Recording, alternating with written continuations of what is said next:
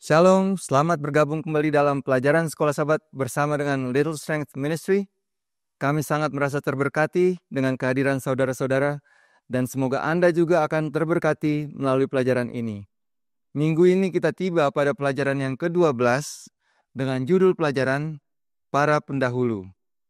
Sebelum kita masuk dalam materi pelajaran kita, mari kita undang Roh Kudus melalui doa. Bapa kami di dalam surga, kami datang kepadamu Tuhan. Kami akan mempelajari firman-Mu. Biarlah kiranya Roh Suci Tuhan hadir di tengah-tengah kami, menerangi hati kami, agar kami boleh mengerti maksud dan rencana Tuhan bagi kami melalui pelajaran ini. Terima kasih Tuhan, dalam nama Tuhan Yesus kami berdoa. Amin. Ayat hafalan kita berasal dari 2 Timotius 1 ayat 7, yang berbunyi sebagai berikut. Sebab Allah memberikan kepada kita bukan roh ketakutan, melainkan roh yang membangkitkan kekuatan, kasih, dan ketertiban. Apa yang dimaksud dengan para pendahulu? Para pendahulu dalam konteks pelajaran ini bisa merupakan orang-orang ataupun peristiwa-peristiwa di dalam Alkitab yang dapat memberikan pelajaran berharga bagi kita yang hidup di akhir zaman. Mari kita lihat pelajarannya. Hari Minggu, judul pelajaran adalah Daniel 2 dan pendekatan historis terhadap nubuatan. Daniel 2 berbicara mengenai mimpi Nebukadnezar, yaitu patung yang bagian tubuhnya terdiri dari beberapa jenis mineral yang melambangkan bangsa-bangsa. Dan pergantian jenis mineral ini dimulai dari kepala sampai pada jari-jari kaki, melambangkan pergantian kekuasaan bangsa-bangsa yang dimulai dari Babylon, dilambangkan dengan kepala dari emas, sampai dengan jari-jari kaki yang terbuat dari besi bercampur tanah liat. Di mana setelah itu, sebuah batu terlepas yang menimpa patung tersebut di bagian kakinya. Dan kemudian keseluruhan patung itu menjadi remuk. Urutan bangsa-bangsa yang digambarkan dalam Daniel 2 ini menunjukkan suatu perjalanan waktu yang tidak terputus. Dimulai dari Babylon, digantikan dengan Media Persia, digantikan dengan Roma, dan kemudian Roma yang terbagi. Tidak ada jeda di antara satu bangsa ke bangsa yang lain. Inilah yang dimaksud dengan metode historis dalam menafsirkan nubuatan. Dan inilah pendekatan yang alkitabiah. Ketika Anda menggunakan metode historis, Anda akan melihat bahwa Alkitab adalah konsisten dan tidak bertentangan, di mana urutan bangsa-bangsa dalam Daniel 2 paralel dengan Daniel 7 dan juga dengan Daniel 8, paralel juga dengan Daniel 11 dan juga dengan Wahyu 13. Kan tetapi masalah timbul ketika kuasa tanduk kecil yang berada dalam Daniel 7 menunjuk dengan tepat kepada Antikristus sebagai kuasa kepausan Roma. Semua karakteristik yang ditunjukkan dalam Alkitab mengenai tanduk kecil, yaitu berkuasa selama 1260 tahun, menganiaya orang-orang kudus, mengucapkan perkataan yang menghujat, berusaha untuk mengubah waktu dan hukum. Semuanya itu menunjuk bahwa tanduk kecil ini adalah Antikristus yang tidak lain daripada kekuasaan Roma Katolik. Oleh karena itu, Vatikan Roma merasa perlu untuk mengalihkan perhatian orang daripadanya. 2 orang dari sekte Jesuit kemudian mengeluarkan metode penafsiran nubuatan alternatif. Seseorang yang bernama Luis de Alcazar membuat metode penafsiran nubuatan yang dikenal dengan preterist, yaitu bahwa nubuatan-nubuatan di buku Wahyu berhubungan dengan Roma kafir, dan bahwa Antikristus adalah Kaisar Nero. Kemudian penafsiran nubuatan yang lain dibuat oleh seorang dari sekte Jesuit yang lain yang bernama Francisco Ribera.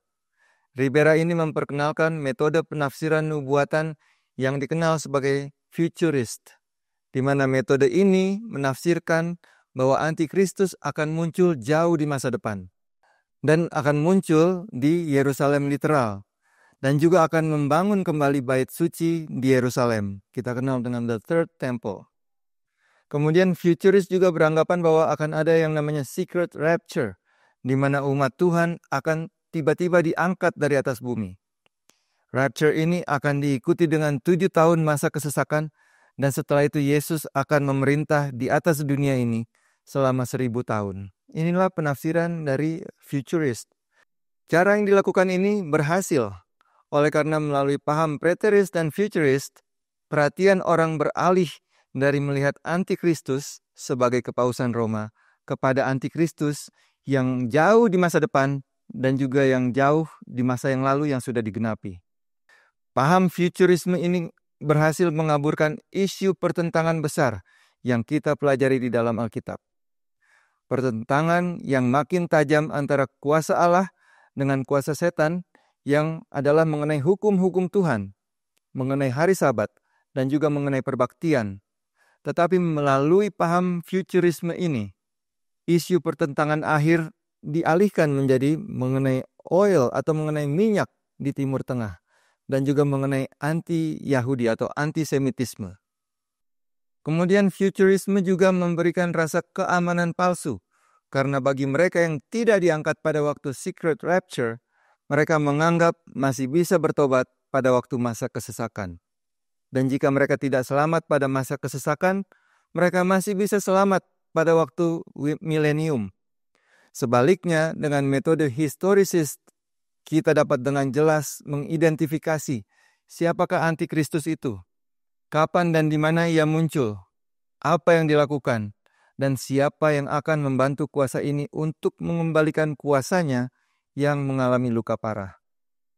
Ada banyak hal yang kita tidak bisa jelaskan kalau kita menggunakan paham futurisme.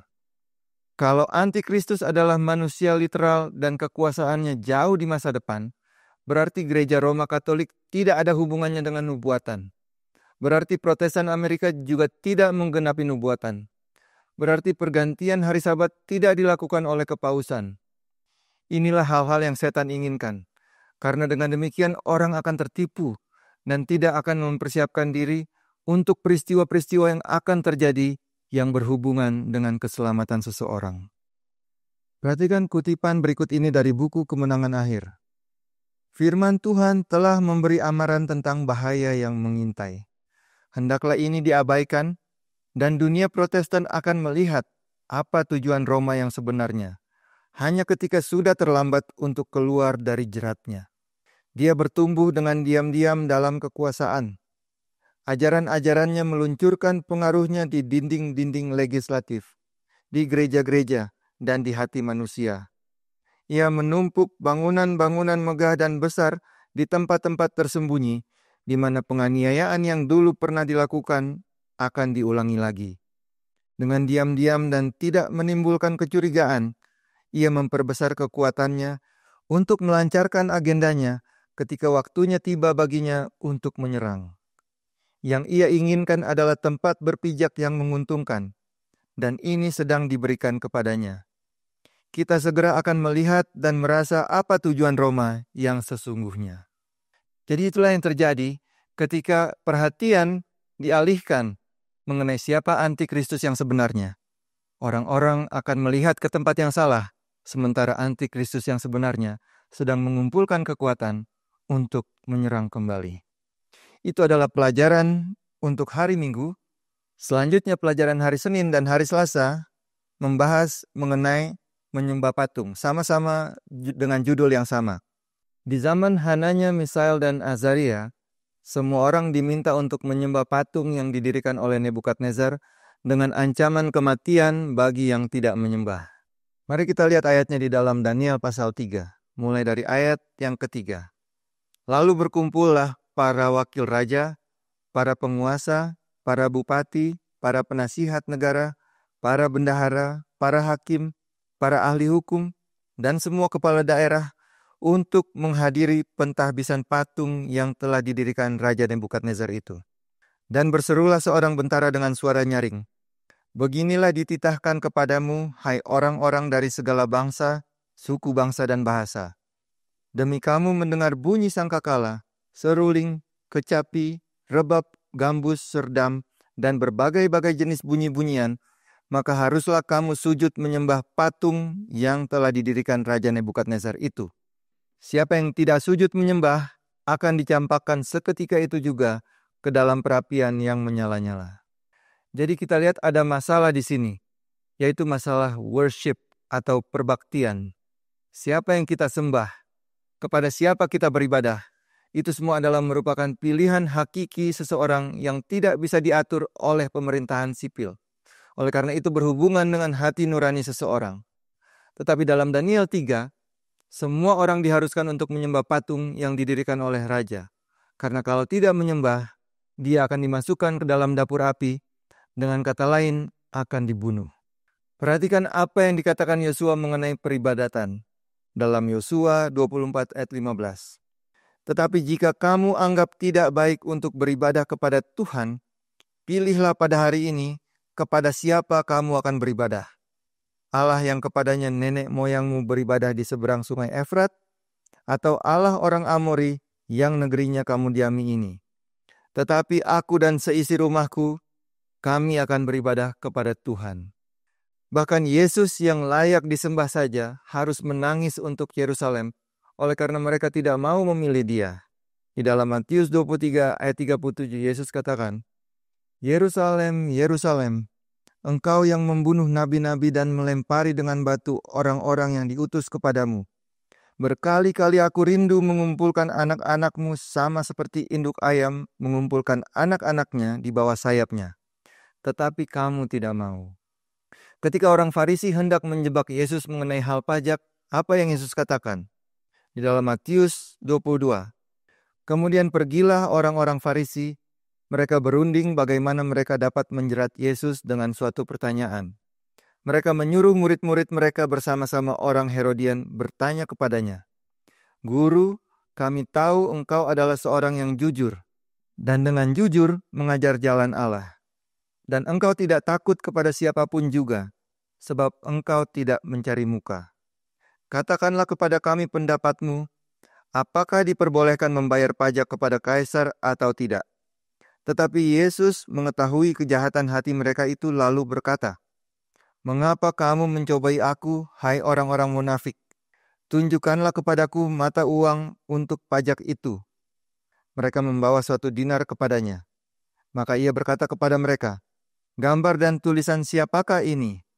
Jawab mereka, Gambar dan tulisan kaisar. Lalu kata Yesus kepada mereka, Berikanlah kepada kaisar apa yang wajib kamu berikan kepada kaisar, dan kepada Allah apa yang wajib kamu berikan kepada Allah. Jadi pilihan untuk menyembah atau tidak menyembah sesuatu bukan sesuatu hal yang diatur oleh pemerintah dunia. Ada batas tertentu di mana negara bisa mengatur kehidupan seseorang. Tetapi ketika masuk kepada hal penyembahan, itu sudah di luar teritori negara. Sama seperti pada waktu Hananya, Misael, dan Azaria, di mana masalah perbaktian akan menjadi sesuatu yang dipaksakan, dan yang menolak untuk menyembah akan dianiaya, bahkan dibunuh. Sejarah juga akan berulang kembali. Oleh karena sebelum kedatangan Yesus yang kedua kali, manusia durhaka akan dinyatakan. 2 Tesalonika 2 ayat 3, Janganlah kamu memberi dirimu disesatkan orang dengan cara yang bagaimanapun juga. Sebab sebelum hari itu, haruslah datang dahulu murtad, dan haruslah dinyatakan dahulu manusia durhaka yang harus binasa. Saudara-saudara, akan ada pemaksaan untuk menyembah patung seperti yang terjadi pada Daniel 3. Dalam Wahyu 13, ayat 15 dan 16.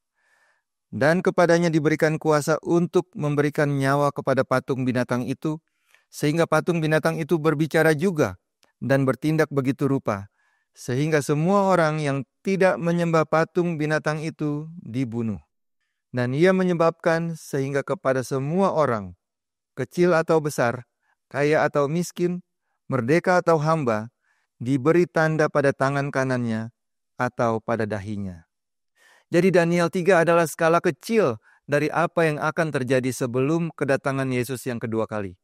Di mana semua orang di bumi ini akan dipaksa untuk menyembah patung itu, dengan ancaman kematian bagi yang tidak mau menyembah patung tersebut. Kita tahu bahwa kuasa yang akan melakukan pemaksaan ini adalah kuasa tanduk kecil, yaitu Gereja Katolik Roma. Tapi kita bertanya, Vatikan Roma adalah negara kecil dengan kekuatan militer yang kecil. Bagaimana dia dapat melakukan pemaksaan terhadap seluruh dunia? Melalui binatang kedua yang keluar dari dalam bumi, kita akan dapati di dalam Wahyu 13, ayat 11 dan 12. Pemaksaan itu akan dilakukan. Wahyu 13 ayat 11 dan 12. Dan aku melihat seekor binatang lain keluar dari dalam bumi dan bertanduk dua sama seperti anak domba, dan ia berbicara seperti seekor naga. Dan seluruh kuasa binatang yang pertama itu dijalankannya di depan matanya. Ia menyebabkan seluruh bumi dan seluruh penghuninya menyembah binatang pertama yang luka parahnya telah sembuh. Apa ciri-ciri binatang yang kedua ini? Dikatakan bahwa dia keluar dari dalam bumi. Bumi adalah melambangkan daerah yang tidak berpenduduk pada waktu binatang ini muncul ke permukaan. Dan bertanduk dua seperti anak domba, tetapi berbicara seperti seekor naga. Saya akan bacakan beberapa paragraf kutipan dari buku Kemenangan Akhir yang akan menjelaskan mengenai binatang yang keluar dari dalam bumi ini. Akan tetapi binatang bertanduk seperti domba tampak keluar dari dalam bumi.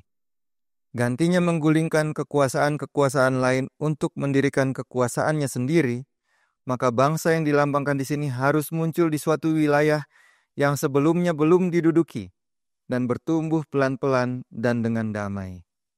Dia tidak muncul di antara bangsa-bangsa yang padat dan yang berjuang di dunia lama, yaitu di Eropa, tempat laut yang bergelora, bangsa-bangsa dan rakyat banyak dan kaum bahasa. Itu harus dicari di benua sebelah barat. Bangsa dari dunia baru manakah yang bangkit pada tahun 1798 menjadi berkuasa, yang menjanjikan kekuatan dan kebesaran, dan yang menarik perhatian dunia? Penerapan lambang ini tidak menimbulkan pertanyaan. Satu bangsa dan hanya satu-satunya yang memenuhi spesifikasi nubuatan ini. Tanpa diragukan, lambang itu menunjuk kepada Amerika Serikat. Binatang itu tampak keluar dari dalam bumi, dan menurut penterjemah, perkataan keluar di sini berarti bertumbuh atau muncul seperti tanaman. Dan sebagaimana kita lihat, bangsa itu harus muncul di suatu wilayah yang sebelumnya belum diduduki. Seorang penulis yang menonjol menerangkan kebangkitan Amerika Serikat berbicara mengenai misteri kemunculannya dari kekosongan, mengatakan, bagaikan bibit yang diam, kita bertumbuh menjadi sebuah negara atau kerajaan.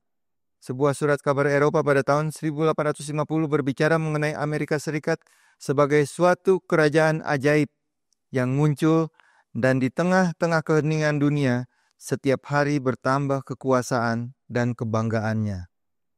Dan bertanduk dua sama seperti anak domba.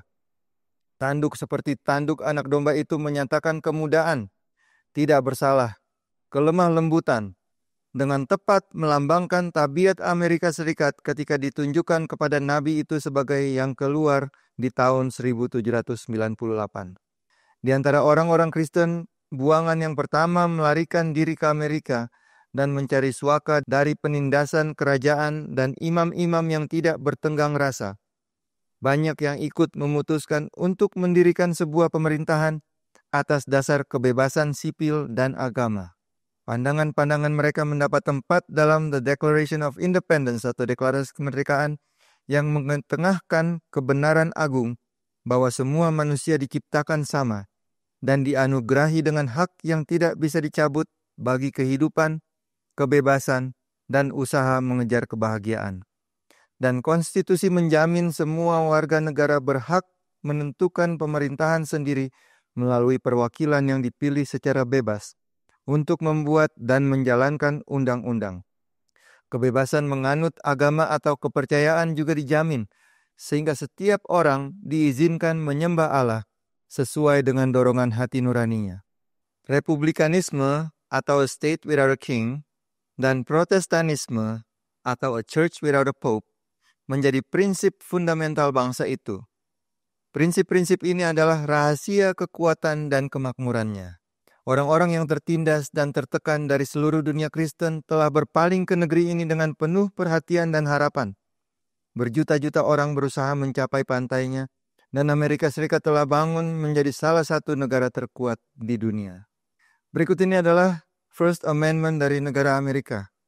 Congress shall make no law respecting an establishment of religion or prohibiting the free exercise thereof, or abridging the freedom of speech or of the press, or the right of the people peaceably to assemble and to petition the government for a redress of Grievances. Ini adalah First Amendment dari Amerika Serikat.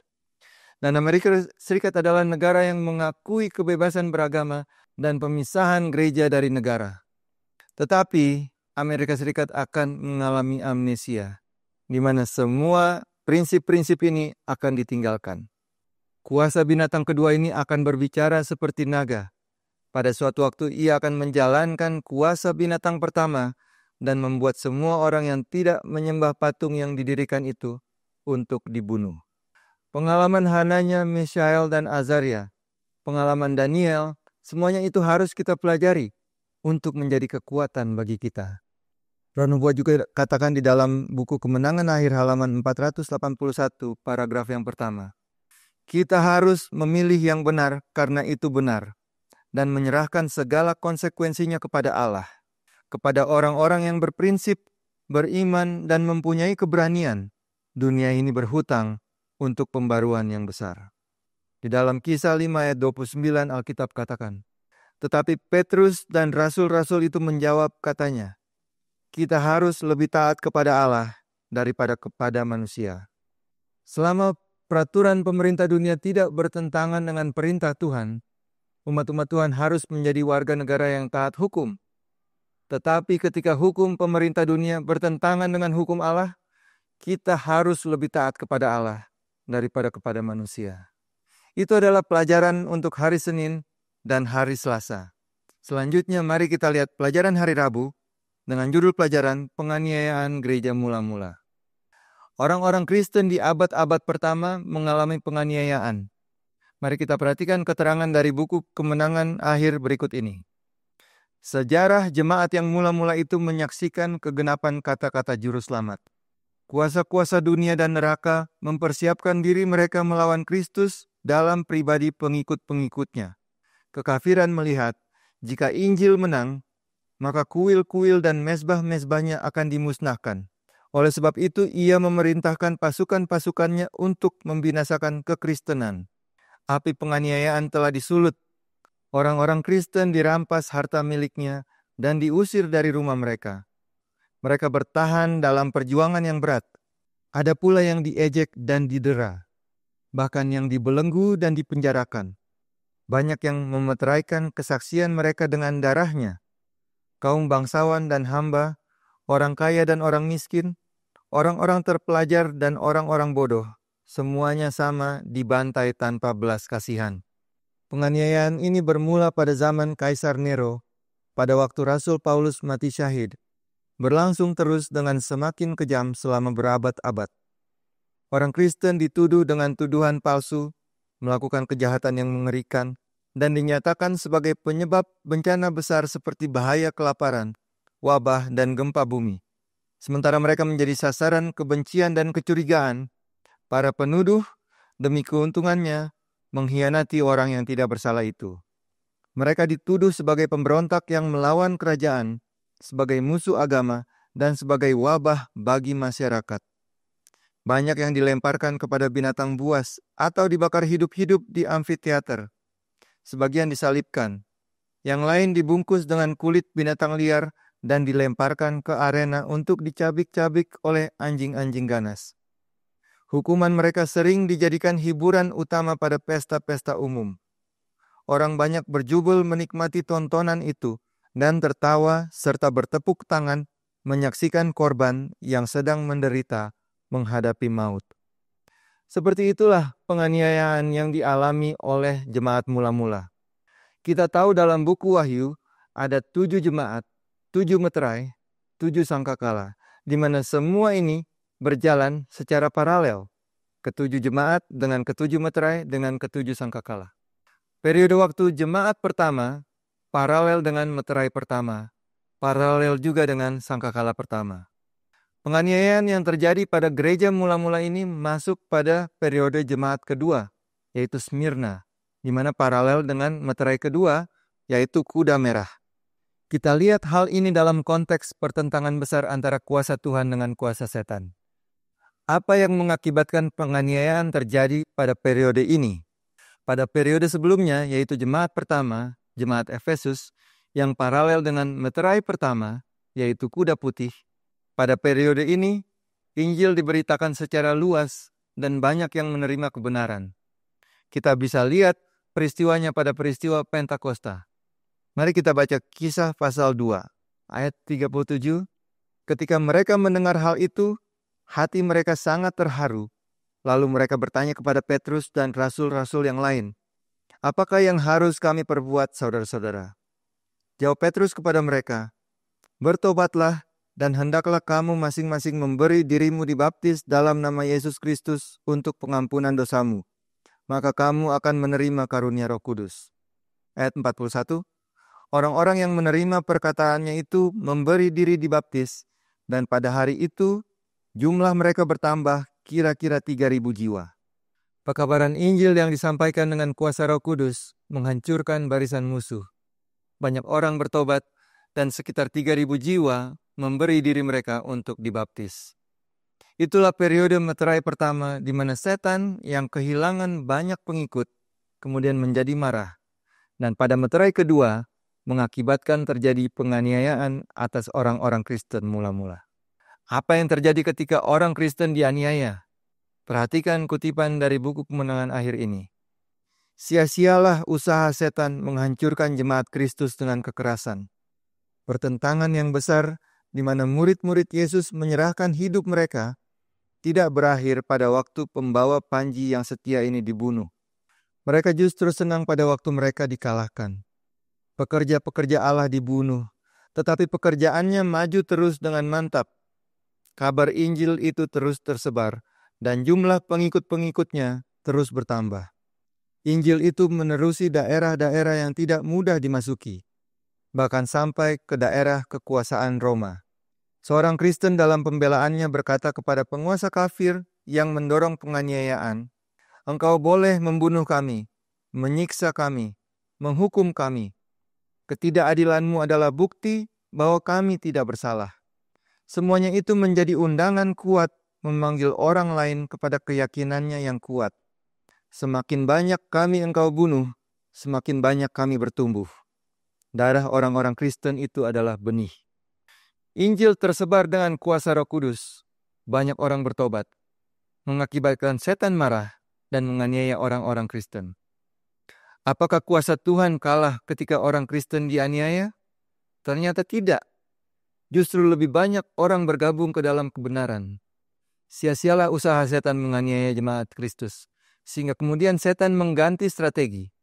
Bukan lagi dengan menggunakan penganiayaan, tetapi dengan berkompromi.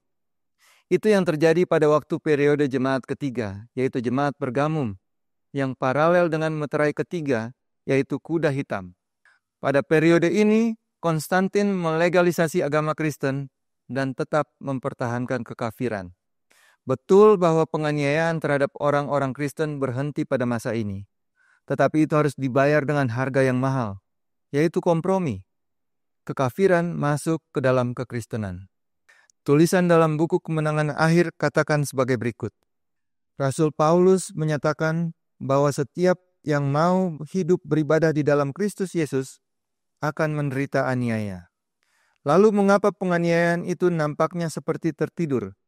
Sebab satu-satunya ialah bahwa jemaat telah menyesuaikan diri dengan standar dunia. Oleh sebab itu, tidak menimbulkan perlawanan. Agama pada zaman kita ini bukanlah agama yang bertabiat suci dan kudus, sebagaimana yang menandai iman Kristen pada zaman Kristus dan rasul-rasulnya.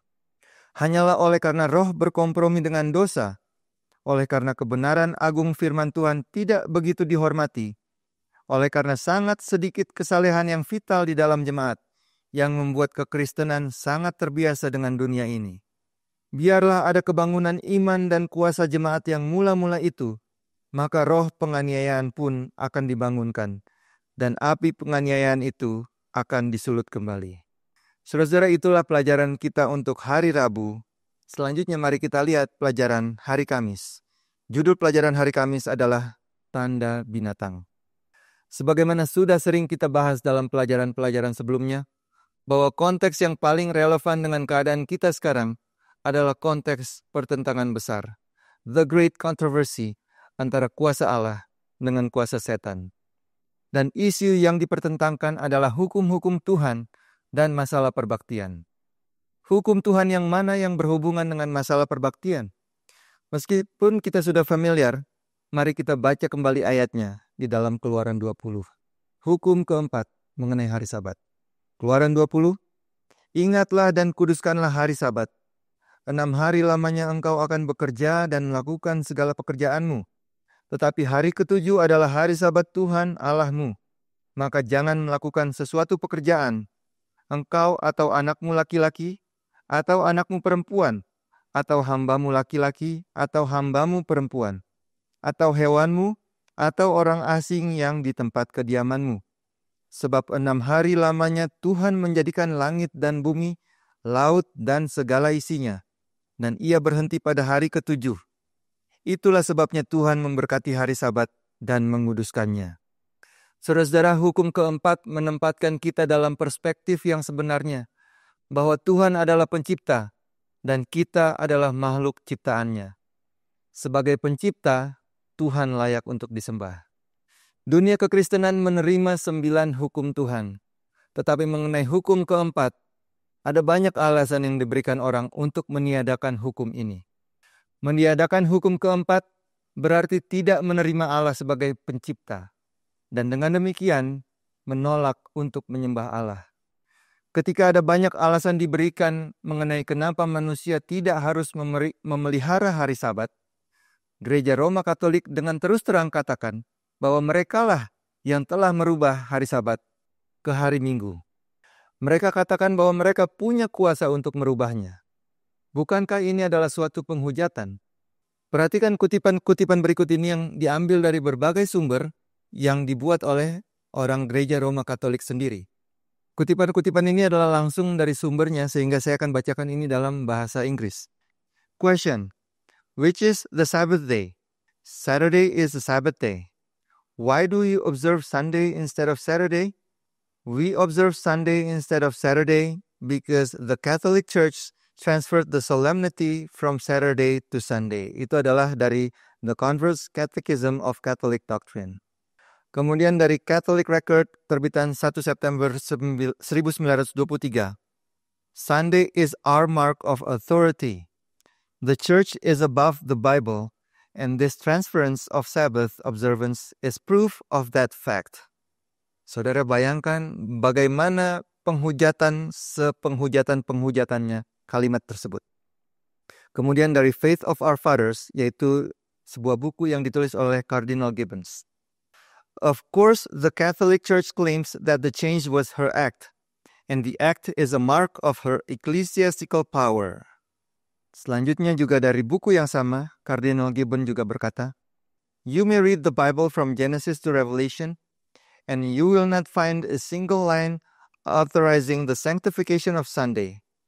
The scriptures enforce the religious observance of Saturday, a day which we, the Roman Catholic Church, never sanctify.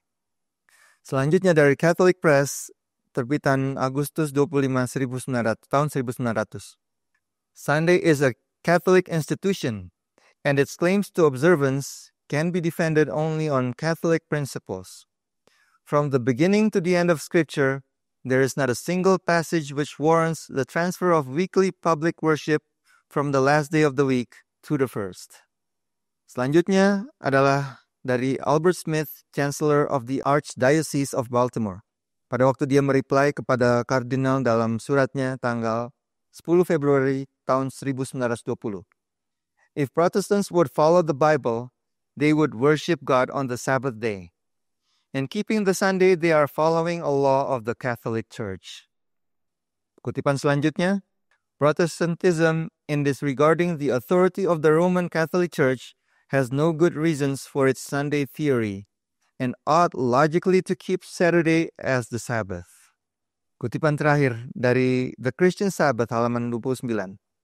The Catholic Church for over 1,000 years before the existence of a Protestant, by virtue of her divine mission, changed the day from Saturday to Sunday.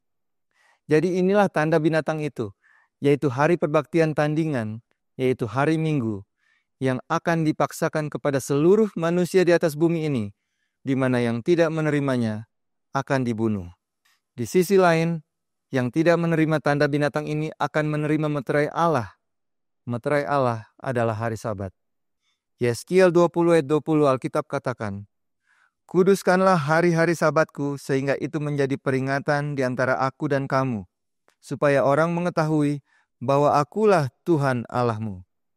Kemudian saya ingin baca sebuah kutipan terakhir dari Letters and Manuscripts. Hanya ada dua kelompok. Setiap orang akan ditandai apakah dengan meterai Allah yang hidup atau dengan tanda binatang. Setiap anak-anak Adam akan memilih apakah Kristus atau setan sebagai pemimpinnya. Saudara-saudara yang kekasih dalam Kristus, melalui pelajaran sekolah Sabat ini kita diingatkan mengenai peristiwa-peristiwa yang telah terjadi, yang sedang terjadi, dan yang akan terjadi di hadapan kita.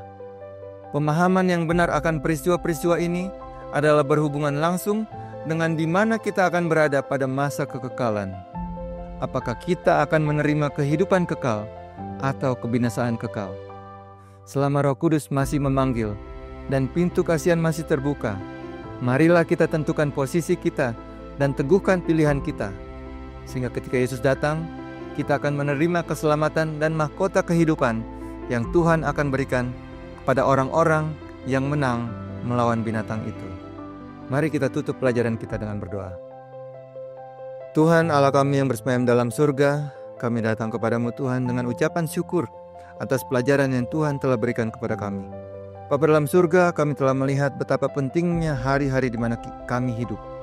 Kiranya Tuhan memberikan kami kekuatan untuk kami dapat memilih untuk berada di pihak Tuhan.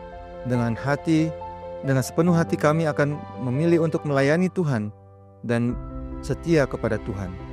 Bapa dalam surga, berkati mereka yang menyaksikan pelajaran ini. Kiranya Tuhan perteguhkan iman mereka. Berkati mereka yang sedang bergumul di dalam iman ya Tuhan, agar mereka juga boleh mengalami kemenangan. Terima kasih Tuhan, ampuni dosa dan pelanggaran kami. Dalam nama Yesus kami berdoa. Amin. Saudara-saudara, terima kasih untuk mengikuti pelajaran ini. Sampai jumpa pada pelajaran minggu depan. Tuhan memberkati.